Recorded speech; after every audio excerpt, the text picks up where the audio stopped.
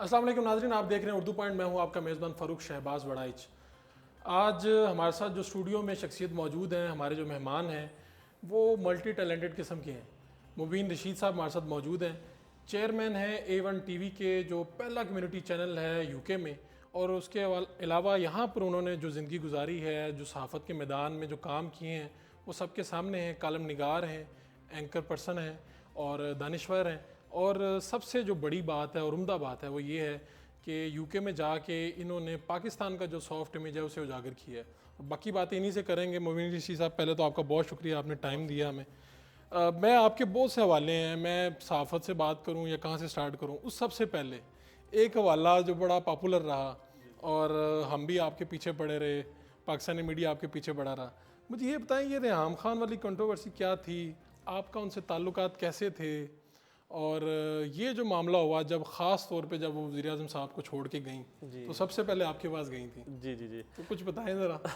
बिल्कुल सही, बहुत शुक्रिया एक तो आपका उर्दू पॉइंट का, क्योंकि आज आपने मौका दिया। मैं लाहौर आया हुआ था इत्तेफाक से, बरतानिया से। अली चोई साहब से भी मेरा बड़ी मोहब्बत का ताल्लुक है, वो इत्तेफाक से बरतानिया भी वहाँ पे आते रहते हैं। जब से उर्दू पॉइंट शुरू हुई है तो स्पेशली हमारा एक सिलसिला ये चल रहा है। ये वैसे तो सहाफ़त के हवाले से मैं सच्ची बात है, जो प्रोफाइल है और जो चीज़ें हैं उसके अंदर एक रेहाम खान का एक ख़ास चैप्टर है, लेकिन चूँकि उनकी इंपॉर्टेंस इतनी ज़्यादा है कि जब मैं ये बारे में बात की जाएगी तो रेहाम खान एक चैप्टर ज़रूर पढ़ा जी जी जाएगा। जी, यानी कहते हैं मैं कंबल छोड़ने की कोशिश करता हूँ, कंबल मुझे नहीं छोड़ता। तो मैं रेहाम खान कुछ छोड़ चुके हैं, छोड़ने की कोशिश करता हूँ, लेकिन वो मौजू और जो टॉपिक है वो इतना पसंदीदा, और अब ज़ाहिर है इमरान खान साहब इस टाइम वज़ीर-ए-आज़म भी हैं, तो इसलिए भी वो मौजू, और फिर मौजू है भी बड़ा दिलचस्प, क्योंकि उसमें ज़ाहिर रेहाम खान की शख्सियत और ज़िंदगी के हवाले से तो लोग बहुत आपके इस इंटरव्यू के बाद हो सकता है रेहाम साहब अगर मेरा मौका भी ले लें। मेरा मौका, बिल्कुल सही बात है आपका उर्दू पॉइंट पे।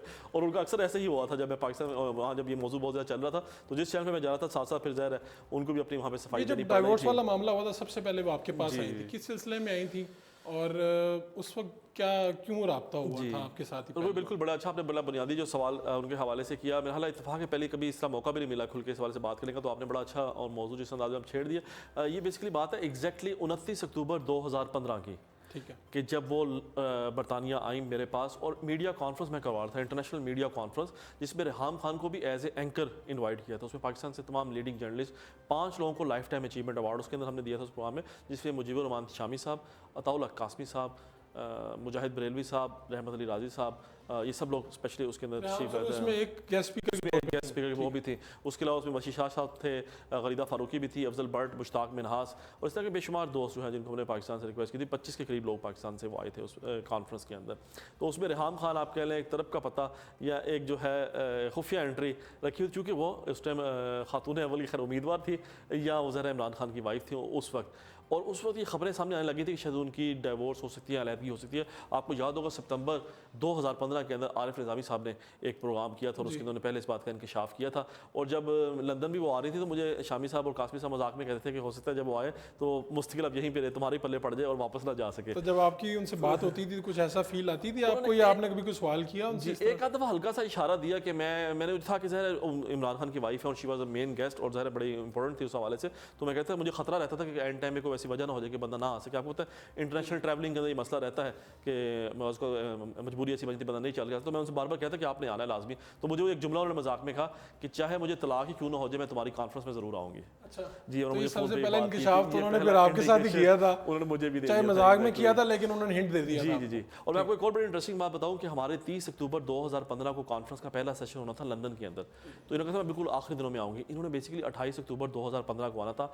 इस्लामाबाद से लंदन हीथ्रो की फ़्लाइट थी PIA की, जो कि मैंने करवाई थी, इनकी और इनकी साहबजादी की बेटी की। इन्होंने इकट्ठे आना था, लेकिन ये 28 अक्टूबर को नहीं आ सकी। ये बात मुझे बाद में पता लगी और मैं अब आपके नाज़रीन को बताया तो ये इंकशाफ जो है 28 को इनकी आखिरी लड़ाई हुई बनी गारा से, ये लड़के निकले जब काम खत्म हो गया। जी, जब खत्म, और जब ये ब्लैकबेरी भी चोरी करके निकले वहाँ से उसी दिन, वो जिसमें कहते हैं कि वज़ीर-ए-आज़म काफ़ी साहब, उनकी आज चीज़ें- के जो जी, वज़ीर-ए-आज़म जी, साहब हैं exactly। उनकी पर्सनल कुछ चीज़ें थी। बहुत ज़्यादा पर्सनल ब्लैकबेरी किसी का भी हो, आपको पता है, या किसी का मोबाइल हो उसके अंदर पर्सनल चीज़ें होती हैं, और ज़रा अगर खान साहब का था तो उसमें भी उनकी पर्सनल चीज़ थी। लेकिन बहुत सख्त इन्होंने लड़ाई की। उन्होंने सुबह 11 बजे इनकी फ़्लाइट थी 28 अक्टूबर 2015 को जो आनी थी, और इस लड़ाई के अंदर वो फ़्लाइट भी मिस हो गई। ये उसका क्लाइमैक्स है।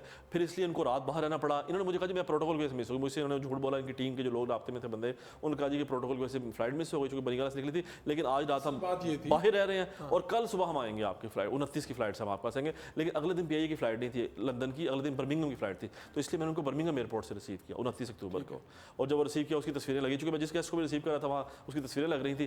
तो अगले दिन सुबह नईमुल हक साहब ने ट्वीट किया और कहा जी कि रास्ते जुदा हो रहे हैं, जिसको रेहाम खान ने फौरी तौर पर एंडोर्स भी किया कि हाँ जी हम अलहदा हो रहे हैं। और वहाँ से फिर एकदम तहलका मच गया तो जब पूरी वो दुनिया आपकी के उधर अंदर। प्रोग्राम में आई तो जी। लोगों ने उनसे सवालात किए, क्या हुआ? जी बिल्कुल, ये बड़ी अच्छी बात है। मैं बता रहा हूँ कि 30 अक्टूबर 2015 को जो लंदन का सेशन था, उस दिन सुबह ये खबर आना शुरू हो गई। आप कह रहे हैं यूके टाइम 7 बजे, 4 घंटे का फ़र्क है, 11 बजे जो है यूके टाइम यानी पाकिस्तान टाइम के ऊपर ये खबर आना शुरू हुई थी। और आप कह रहे हैं पूरा दिन फिर सारा हमारी मीडिया कॉन्फ्रेंस की निस्बत रेहाम खान डिस्कस होना शुरू हो गई। हालांकि हमने इतनी मेहनत से सारा कॉन्फ्रेंस का मेला सजाया था, 6 महीने से रेहाम खान आ गया, रेहाम खान डिस्कस होना शुरू हो गई। लेकिन वो फिर 30 अक्टूबर को हमारे प्रोग्राम लंदन वाले प्रोग्राम में नहीं आई, बर्मिंघम वाले में भी नहीं आई, जो 1 नवंबर को था, एक दिन के गैप से। और फिर 2 नवंबर को छोड़ के 3 नवंबर को मैनचेस्टर का सेशन था। वहाँ मैंने उनको फिर सख्ती से कहा कि हमने मीडिया कॉन्फ्रेंस के लिए आपको एज ए गेस्ट इनवाइट किया था, तो आपको ज़रूर आना चाहिए। वरना वहाँ पे भी वो कतरा रही थी, कह रही थी बहुत ज़्यादा ज़ाहिर हाइप बन गई है, वो लोग भी बहुत पीछे पड़े हुए हैं, तब मैं सामने नहीं आना सामने नहीं आना चाहती। लेकिन फिर 3 तारीख को आई और वहाँ उन्होंने एक जुमला कहा था जो बहुत ज़्यादा डिस्कस हुआ वो क्या था? कि एक छक्का लगाना आसान होता है, लंबी इनिंग्स खेलना मुश्किल होता है। वो हेडलाइन बना तमाम चैनल्स की, आज भी तमाम हेडलाइंस आप निकाल के अगर देखें, और वो तमाम चैनल्स भी दौड़ने लगी। तो पूरी रात पे वही डिस्कस होता रहा था मौजूद। मुझे याद है CNN BBC के ऊपर भी वो चली थी, क्योंकि वो रेहाम खान की आफ्टर डिवोर्स पहली एंट्री थी। उन्होंने इशारों में वहाँ पे बात की थी। आज तक वो इशारों में ही ज़्यादा बातें करती रहती है उनके हवाले से। अच्छा, आप उनके इतने करीब रहे हैं, बाद में आपके भी रास्ते जुदा हुए हैं जी। उनके साथ पहले इमरान खान साहब के साथ हुए थे, आपके साथ दोस्ती वाला मामला था और वो भी रास्ते जुदा हुए। मुझे एक बात बताएं कि वो जो किताब थी जो इलेक्शन से पहले आई, उसका एजेंडा क्या था? ये तो अब इलेक्शन गुजर गए हैं, लेकिन वो किताब की तैयारी में जो सारा, जो जहाँ तक मेरी इन्फॉर्मेशन है, मेन काम आपने किया था। सही। अच्छा फरूक, इसमें क्या था उसके मोटिव, क्या थे किताब जी? मैं आपको 2-3 मोटी बातें बताता चलूँ जो सारे इंसिडेंट का था, ताकि लोगों को कॉन्सेप्ट क्लियर हो जाएगा कि ताल्लुक वो सारी चीज़ इस तरह आगे चली। जितने भी पाकिस्तान से गेस्ट आते हैं, आपने देखा रूटीन के अंदर, आपसे तो मेरा बड़ा ही मोहब्बत का ताल्लुक है। फेसबुक पे भी आप मेरे साथ ऐड है और आप देखते रहते हैं कि मेरी कोशिश होती है कि उन लोगों को वहाँ पे जितना भी यानी एंटरटेन किया जाए, उनका ख्याल रखा जाए, क्योंकि उस मुल्क में लोगों के पास टाइम नहीं होता। कासमी साहब से मेरा बड़े मोहब्बत का ताल्लुक है। मुझे कहते हैं मैं 40 साल से यूके में आ रहा हूँ, लेकिन जो लोग किसी को दूसरे को यहाँ टाइम नहीं है, किसी के पास सगे भाई के पास दूसरे के लिए टाइम नहीं है, क्योंकि मटेरियलिस्टिक दौर है। आपको पता है पाकिस्तान में कई लोग खैर इस तरह देखते हैं, लेकिन यूके में लोग ज़्यादा इस चीज़ के हवाले से कॉन्शियस होते हैं। लेकिन मेरे इस मामले में हमेशा मामला डिफरेंट रहा। तो मैंने एज ए गेस्ट तमाम लोगों की इज्जत की। रेहाम खान भी she was one of my guest, बावजूद से उसका डिवोर्स होगी तो सिंपैथी का एक एलिमेंट बहरहाल मौजूद था कि she was one of my guest, और यहाँ पे आके इस तरह हुई। ये तो बाद में राज खुलते गए कि वो इस तरह लड़की आई थी, तलाक तो हो गई थी, और हमारी कॉन्फ्रेंस को उन्होंने सेफ एग्जिट के लिए यूज़ किया, और मोबाइल भी वो ले आई थी, और मोबाइल भी उनका ले आई थी, जो कि बाद में जी हाँ ये मैसेज गया कि जी खान साहब का ब्लैकबेरी भी उनके पास है। यानी वो इतना यानी घर में लड़ाई हुई इस लेवल की, खान साहब खुद भी बाद में पता लगा कि उनका फ़ोन किधर है। उन्होंने देखा तो वो ब्लैकबेरी ये लेके निकल आई हुई थी। किताब वाला मामला बताइए। जी, वो जो बुक की आइडिया था वो मैंने उनको दिया। असल में उनका पहला इंटरव्यू मैंने किया, वो 3 हिस्सों में चला इंटरव्यू। उसकी पाकिस्तान में हाईएस्ट रेटिंग आई। जी जी, में होगा जो पहला पाकिस्तान के इंटरव्यू चला मुख्तलिफ चैनल ने भी उसे नशर किया और एक चैनल ने बाकायदा किया। एग्जैक्टली, पाकिस्तान से कई मेन स्ट्रीम एंकर ना बड़े लंदन पहुंच गए, खासतौर उनका पहला इंटरव्यू करने के लिए, जो होता है तलाक के बाद पहला इंटरव्यू बड़ा इंपॉर्टेंट होता है। आपने किसी की बारी नहीं आने दी और आपने पहला इंटरव्यू कर लिया। वो she was comfortable with me. उन्होंने कहा जी मैं जो बातें जो चीज़ें कहना चाहिए शायद मैं ज़्यादा उस पर कंफर्टेबल अंदाज दूंगी, तो उसका पूरा प्रोफाइल इंटरव्यू मैंने किया था। वहीं से वो किताब का आइडिया शुरू हुआ। जब 3 इंटरव्यू के उसको इतना डिस्कस हुआ, तो फिर मैंने उनको कहा कि क्यों ना इसको एक किताब की में कलम बंद किया जाए, क्योंकि लोग जानना चाहते हैं इमरान खान साहब की शख्सियत के हवाले से भी, और ज़रा इनकी अपनी शख्सियत के हवाले से भी। वो भी जी जी एग्जैक्टली उसके अंदर। लेकिन उसमें जो पहला और असूली हमारा स्टैंड था फरूक भाई, कि उसमें मैंने उनको बार बार ये बात कही थी कि इसमें कोई बहुत ज़्यादा ज़ातियात पे हमने नहीं जाना, क्योंकि खान साहब एक बहुत बड़ी पार्टी को रिप्रेजेंट करते हैं पाकिस्तान में। वो एक नेशनल फिगर है, और नेशनल फिगर पाकिस्तान के हद तक नहीं, इंटरनेशनली भी उनकी एक बड़ी ज़बरदस्त फॉलोइंग है। तो मैंने कहा था आप अपनी शख्सियत को बयान करें, क्योंकि लोग रेहाम खान को नहीं जानते थे शादी से पहले, इवन शादी के बाद भी नहीं जानते थे आपके जैसे कि मैंने कहा अपनी पर्सनल प्रोफाइल के साथ नाम जुड़ने के बाद उनको इंटरनेशनली भी फेम मिल गया, ऑफ कोर्स आज भी लोग ज़ाहिर है उनको पहचानते हैं, उनकी फेस रिकग्निशन हो गई। तो मैंने कहा अपने बचपन के बारे में बताए। पहली शादी भी आपको पता ना रेहाम खान की, जो पहले बच्चे थे, आपको पता 3 बच्चे थे उनके ना, और उसी के साथ उनकी फिर दूसरी शादी हुई थी। तो उनके मतलब मैंने कहा कि आप लोगों को बताएं। तो वो जो 272 सफ़े मैंने लिखे, उसमें उनके बचपन की कहानी से लेके पहली शादी की रिकॉर्ड करवाती थी आपको? जी, वो वॉइस रिकॉर्डिंग उसकी सारी मौजूद है, उसको ट्रांसक्राइब करते थे, फिर उसको हम लिख देखते थे जी। और उसमें उन्होंने तस्वीरें भी अपनी दी, बचपन की भी, जवानी की भी, सारी चीज़ हमने उनसे उस हवाले से शेयर की। अब टोटल किताब 650 सफ़हात की है, उसमें 272 पेजेस जो है वो मैंने लिखे थे। यहाँ से आगे हमारा इख्तिलाफ शुरू हुआ, क्योंकि उन्होंने किताब लिखने के बाद जी जी, क्योंकि अब वो क्लाइमेक्स आना था ना, जो मुश्किल स्टेज नहीं थी वो खान साहब के हवाले से थी। वहाँ पे हमारा बुनियादी इशू शुरू हुआ कि उन्होंने उसको ज़ाती एजेंडे के तौर पे या अपना ज़ाती गुस्से के तौर पे क्या मसला था? आपको तो पैसे मिल जाने थे, और इमरान खान पे अगर कीचड़ भी उछाल दी तो आपको तो ज़्यादा पैसे मिलने थे। बिल्कुल, इसी में बताया कि हमने क्रेडिबिलिटी, चूंकि मैं एज ए जर्नलिस्ट मेरी पिछले 15 साल की प्रोफाइल थी, या तो मैं जी मैं मैं जर्नलिस्ट ना होता अगर, और मेरा पीछे 15 साल का बैकग्राउंड ना होता, शायद मुझे बड़ा अच्छा लगता कि ज़रा 5-10 करोड़ शायद मुझे बड़ी आसानी से पाकिस्तानी रुपीज़ के अंदर मिल जाना था। यूके पाउंड के अंदर भी एक अच्छी इनकम थी, लेकिन मैंने कहा मैं अपने पूरे कैरियर को दाव पे नहीं लगा सकता, अपनी सिर्फ इस वजह से क्रेडिबिलिटी को जो है क्वेश्चन मार्क नहीं बनाना। और मैंने उसमें बड़ा असूली स्टैंड लिया और उसमें मैंने बार बार निगोशिएट किया, उनको समझाने की कोशिश की, और मेरे ख्याल से शायद वो कन्विंस हो जाएंगे। लेकिन फिर ऐसा पॉइंट है कि जहाँ हमें रास्ते जुदा करने पड़े, और फिर मैंने इस पर खुल के स्टैंड भी लिया कि इस किताब में जो है वो जिस तरह एजेंडे को किया गया, और वहीं से फिर हमारा बाकायदा जैसे कह लें पहली डील भी तो आपने करवाई थी एक चैनल के साथ 50 लाख महाना पे। जी जी बिल्कुल ऐसा ही है। तो आप भी तो उस वक्त इतने मेहरबान हुए थे, उनको ले गए थे और चैनल से डील भी करवाई थी, फिर कितने माह उन्होंने प्रोग्राम किया, वो क्या कहानी? जी बिल्कुल ऐसा ही है। जैसा होता है कि वो सिंपैथी का एक एलिमेंट था उनका। मैं 3 बच्चों की माँ हूँ, इमरान खान साहब जैसे हाई प्रोफाइल शख्स से अगर अलहदगी हुई है उनकी, जिस भी सर्कमस्टांसिस के अंदर हुई है, तो वो कहते हैं मैं बड़ा डिप्राइव्ड और बड़े खौफजदा फील कर रही हूँ कि पीटीआई के बहुत ज़्यादा फॉलोअर है पाकिस्तान के अंदर, पता नहीं मैं बाकी ज़िंदगी पाकिस्तान में गुजार सकूँगी या जाऊँगी तो पता नहीं मेरा क्या बनेगा, और पता नहीं अगले कोई नौकरी मिलेगी कि नहीं मिलेगी। क्योंकि मुझे इल्म है कि उन्होंने 4-5 चैनल से निगोसिएशन करने की कोशिश की कि जॉब मिल जाए उनको वहाँ पे ना। ज़ाहिर है एक प्रोफाइल तुम्हारा उनकी थी, लेकिन उनको कोई उस तरह बाकायदा किसी ने आप कह लें घास नहीं डाली या तो उनको आप उस उस तरह मुश्किल वक्त में भी आगे बढ़े और उन्हें चैनल तक ले गए। मैंने उनको कहा जी मैं जो इसमें हेल्प कर सकता हूँ, तो मैं 2-3 चैनल से मैं ऑलमोस्ट हफ्ते में आ गया था।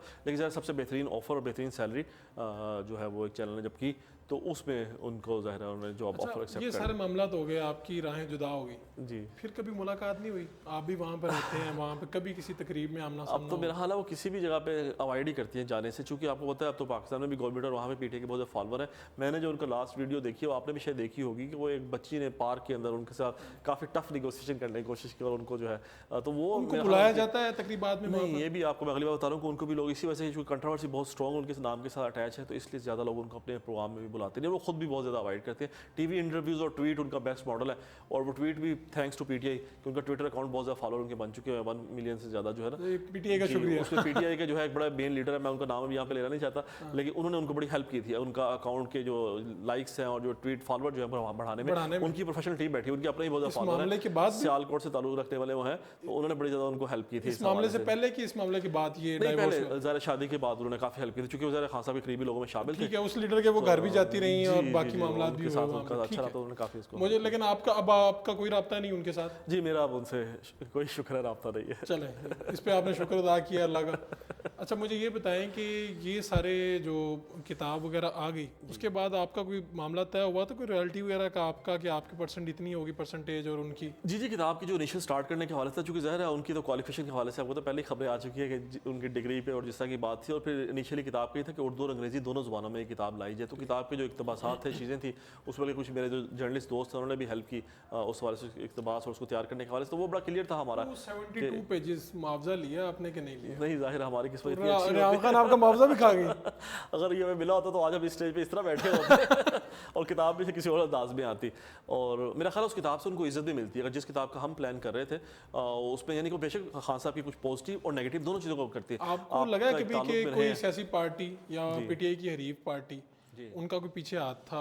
मेरे जो इन्फॉर्मेशन है जी, वो हरीफ पार्टी के कुछ लोगों के साथ राब्ते में थी किताब आने से पहले। जी, आपको कहीं पे महसूस हुआ ये? असल में देखिए बेनिफिशियरी तो कुछ लोग हुए उस किताब के, तो जो लोग बेनिफिशियरी हैं वो ज़्यादा उसको सपोर्ट कर रहे थे किसी ना किसी हवाले से। तो जिस तरह आपने बात की तो किसी ना किसी पार्टी के लोग उनके साथ हेल्प कर रहे थे। वो हो सकता है टॉप लीडरशिप ना हो, ये मैंने बात पहले भी की है, लेकिन निचले लेवल के कुछ लोग जिनको बेनिफिशियरी हो सकते थे उस सारी किताब को जो हुए, उन्होंने ज़ाहिर उसमें हेल्प यकीनन की होगी, क्योंकि किताब बिकी ज़्यादा नहीं। किताब बिकी ज़्यादा नहीं जी, वो आपने देखे यूके के अंदर तो वो किताब ज़्यादा बिक नहीं सकी। यहाँ पे इलेक्शन से पहले कुछ खबरें बनी, बस उससे ज़्यादा कुछ। जी एग्जैक्टली, बल्कि बिल्कुल डेड हो गई किताब। ये रियाम खान वाला किस्सा तो ख़त्म, मैं इसको ख़त्म करने पे आ रहा हूँ, लेकिन आखिरी सवाल मेरा ये है, आप पाकिस्तान का सॉफ्ट इमेज वहाँ पर प्रमोट कर रहे हैं इसे, मुझे ये बताएं कि जो पाकिस्तानी यहाँ से वहाँ जाते हैं और आप इतनी देर से वहाँ पे सहाफ़त भी कर रहे हैं और सारे लोग भी आपको जानते हैं, इनको क्या पैगाम देना चाहेंगे कि कुछ हरकतें ऐसी पाकिस्तानी सहाफ़ियों को या मीडिया के लोगों को वहाँ पर जाकर नहीं करनी चाहिए, या आखिरी अपना मैसेज दे दें बस? और वो बड़े अच्छी आपने बात की। देखें पाकिस्तानियों के हवाले से और सहाफ़त दोनों सहाफ़ियों के दोनों के हवाले से मैं ये अर्ज़ करना चाहूँगा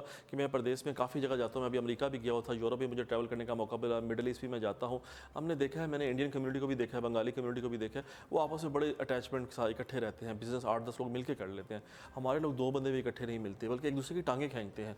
मैंने आपको पता है 5-6 साल का जो बरतानिया में वक्त गुजारा, मैंने वहाँ पर मीडिया कॉन्फ्रेंस करवाई, लॉ कॉन्फ्रेंस करवाई, 2 दफ़ा मीडिया कॉन्फ्रेंस और 2 दफ़ा लॉ कॉन्फ्रेंस करवाई। उसके अलावा बेशुमार इवेंट्स करवाता रहता हूँ पाकिस्तान पाकिस्तान से लोगों को बुलाता रहता हूँ। अल्हम्दुलिल्लाह टीवी चैनल शुरू किया जिसके 50 कॉरेस्पॉन्डेंट है पूरे यूके के अंदर, 4 लाइव स्टूडियोज़ हैं और हमारा वाहिद यानी इतना पॉपुलर कम्युनिटी चैनल बन गया हुआ है 1 साल के अंदर। ये सारे करने का मकसद सिर्फ ये था कि पाकिस्तान का सॉफ्ट इमेजेस की आप बात करते कोशिश की जाए और इंशाल्लाह हम इसी बकायदी सभी आपको पता है इस साल वर्ल्ड कप हो रहा है, क्रिकेट का वर्ल्ड कप लंदन में हो रहा है, यूनिटी यूके में मिस हो रहा है। कर रहे हैं हमारी कम्युनिटी में। जी जी ऑफ कोर्स, मैं समझता हूँ इस चीज़ के लिए बड़ा जो है ना हमें काम करने की ज़रूरत है और मेरी दुआ भी है, ख्वाहिश भी है और कोशिश भी है कि इस हवाले से जो भी किसी भी शख्स को कोशिश कर सकता है उसको ज़रूर करनी चाहिए। जी नाज़रीन, आपने गुफ्तगू सुनी। मुबीन रशीद साहब सीनियर सहाफ़ी हैं, तजज़ियाकार हैं, लेकिन उन्होंने जो रेयाम खान वाला किस्सा है आज उसके ऊपर तफसील से बात की। शायद इससे पहले इतनी डिटेल से आपने ये बात नहीं सुनी होगी। रेयाम खान चैप्टर कैसे इन हुआ, किताब कैसे आई और पीछे तमाम मामलात के पीछे हकीकत क्या थी, ये आज आपने सुन ली। अपने मेज़बान फ़ारूक शहबाज बड़ाइच को इजाज़त दीजिए। अल्लाह ने के बाद।